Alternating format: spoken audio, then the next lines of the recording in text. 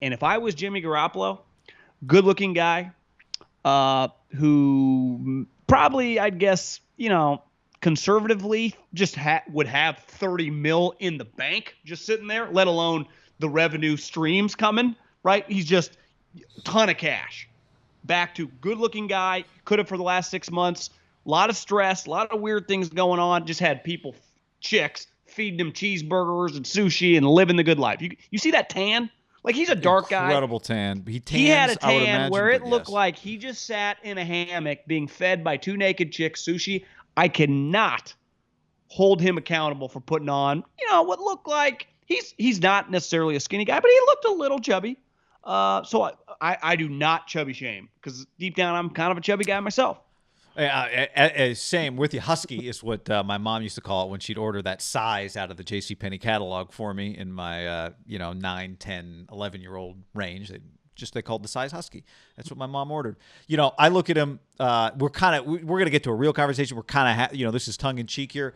I think a haircut would go a long way. Like, I don't know if you noticed watching the Giants, the first place team in the NL West, but Buster Posey always has a very clean, like, it almost looks like a zero. Very tight, and it just looks fresh. Buster's looks refreshed because he took a year off. But Guy's got 8 bumps. The haircut helps. I think a haircut would help Jimmy here, and maybe the barber is coming to the team facility anyway, so you wait. Also, John, it's May. It's the second week of May for voluntary workouts. He's just here for the bag alert. He's here for the 600K. And, he does have a job to win because they just drafted Trey Lance.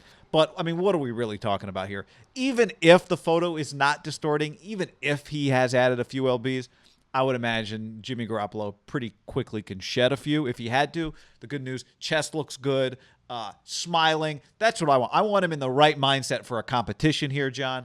And, hopefully Well, that's if I'm what him, I'm like, well, guys, the 49ers are literally paying me $600,000 to come and get in shape. Why would I come in shape? I'm being paid to show up and then get in shape. What should I have done? I want to get in better shape, so I ate and I enjoyed life. Like, listen, life's too short. It could end at any moment. Kyle Shanahan once said we might not make it till Sunday. I'm still here. Yeah, I think it's fair to say, even if the angle, I do think you can tell he's a little thicker.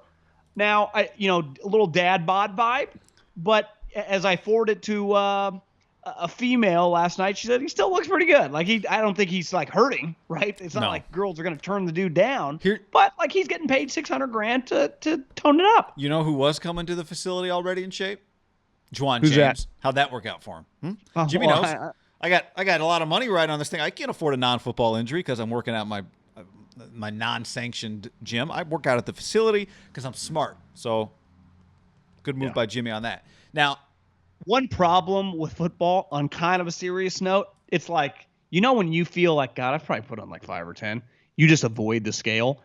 When you show up at that job, it's like one of the first things you do when you check in is like, let's hit the scales, right? Because you're going to monitor progress. So if they have all your information. So if you do show up, like, whoa, Jimmy, it does, that is one thing that, like, Trey Lance looked, pretty slim and tight. Now, I think Jimmy would say, well, he's 20. Shit, at 20, I was skinny at 20. I also think, like, you told me you saw a picture of Brooks Koepka on Tuesday that made him look fat. I saw a picture of Brooks Koepka that made him look really, because I said to you, I think he's lost weight. And you're like, I saw a photo that made him look big. Whatever. So we're kind of having fun with this. The real conversation, though, and I do think there's a real conversation this kind of highlights, is just that this is a really bright, for all the bright lights on Trey Lance, there's also a very bright spotlight on Jimmy Garoppolo. And for all the experience he got being around Tom Brady, this is different than anything Tom ever experienced, right? Tom's job was discussed, but it was never threatened. Even the Kaepernick, one time it was asked after that, a beatdown on national television, I think Albert Breer wrote, like, has there been any thought about benching Tom or something? And Bill was like, next question. Remember that? Do you remember that? Yeah. So it's just that is what he's never experienced. Honestly, guys, since you and I have been doing this, we started doing the show, I guess, after Alex and Kaepernick, but you had said before the podcast, you're right, like Alex's job was not threatened to come into training. Like, it was his starting job. And the one guy that we lived through a little bit when Derek won the starting job.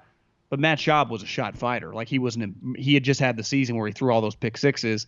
Even Andy Dalton, like no one. I mean, Andy Dalton might take himself seriously, and he makes $10 million, but no one takes him seriously. Like Jimmy was the starting quarterback for a Super Bowl team. Yeah. Right. I mean, he does have some pelts on the wall, and it's like Belichick, like more than most guys in this given situation. And he's not an old player, right? He's going. Maybe I'm a little chubby, but I'm 29 years old. Well, I think I went back this morning and looked at some of his game logs from just 2019, and I just started flipping through a few games. And first of all, he was good. Right? He was pretty good. Yeah. The games that really got everybody's attention were the postseason games when he was not great, right? Well, he only threw 8 balls in the Packer game, right?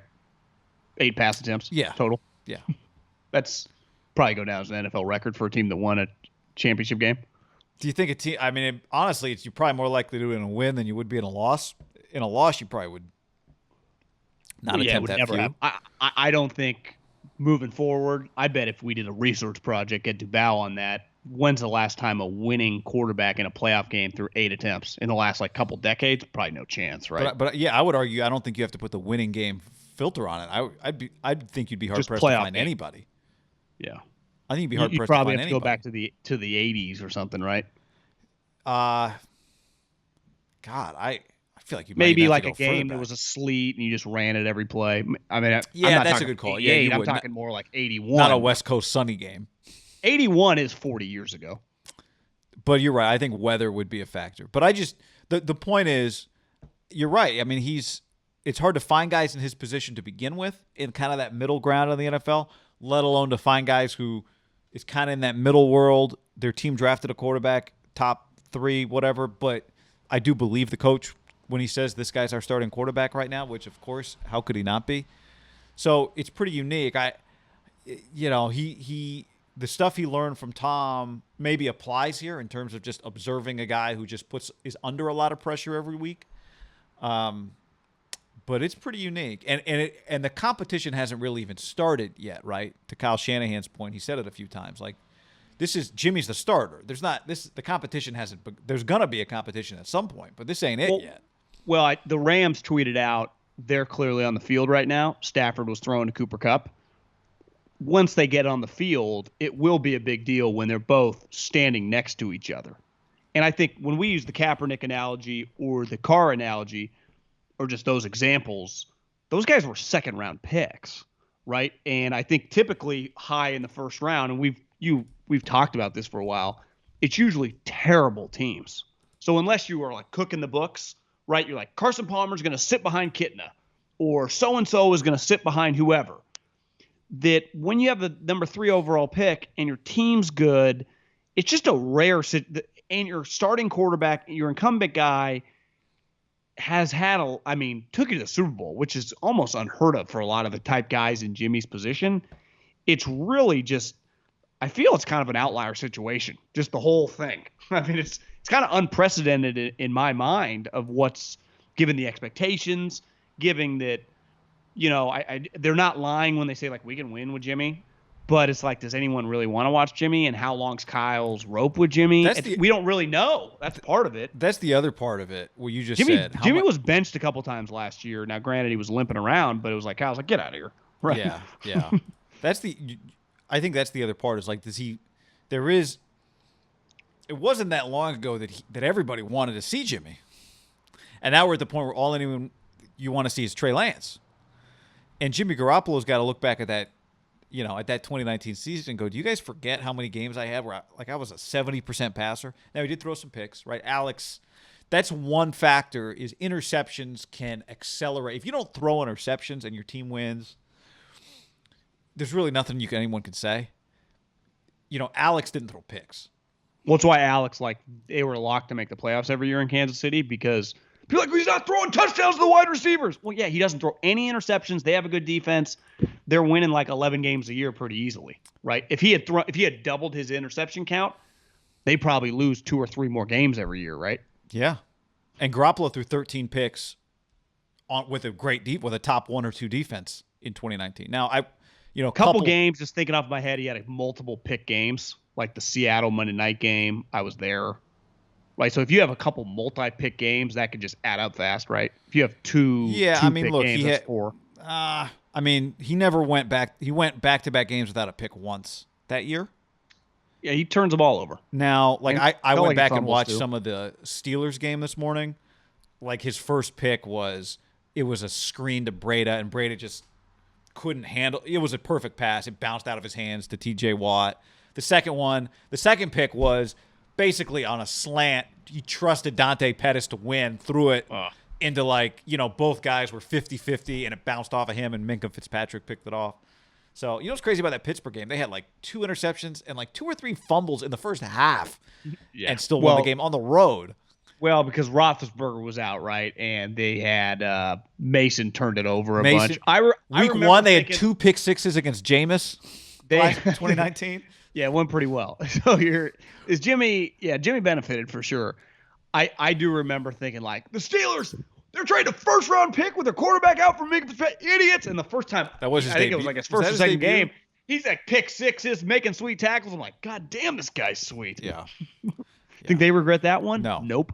No. Anyway, so that's the thing about how he looks when he shows up. Whatever. It is just a highlight, and you said it well, I think. Once you get the two of them on the field together, then there's really going to be conversation. I just think you're really going to feel it when – also, the one thing in practice that can happen is if Trey gets a rep with the real good players, and it's like, damn, did you see Trey Lance to Deebo Samuel? Or damn, did you see Trey Lance on that rollout 70-yard bomb across his body back across the field to Brandon Ayuk? Julio. Or if George Kittle just slips up and be like, God, Trey Lance looked good out there today. Or Yeah. something like that. People will be like, damn. What's going to happen? It feels in it. But it just, to me, if Jimmy's playing well, but it's like, oh, Jimmy's playing well too, we're good. Right. But if Jimmy's having one of those days, which he's had before, where it's like 3 straight days with a pick 6, it's like, oh. Well, it's going to be, he's going against the ones, right? You'll have that conversation too. By the one thing Jimmy's had since he's been here, it's his practices, and maybe it's like this in every market, are just very polarizing. They do evoke are we in trouble? Yeah. It felt like that 2 years ago, definitely. On YouTube, Ducks Stars says there was the Tebow playoff game. I just looked. Tebow had 9 completions in one of his 2 playoff games, but he threw the ball. I think one of the games was 20-plus attempts. It wasn't as few attempts as Jimmy had. But there was the Tebow, whatever it was, 9 of 22 or something completion percentage. To me, 9 of 22, and that's a good nugget, is not even close to 8 total attempts. Yeah, no. The reason I brought it up is because the question was, well, how many did Tebow throw? And Tebow was 9 of 26, actually. But that was 26 attempts in that game.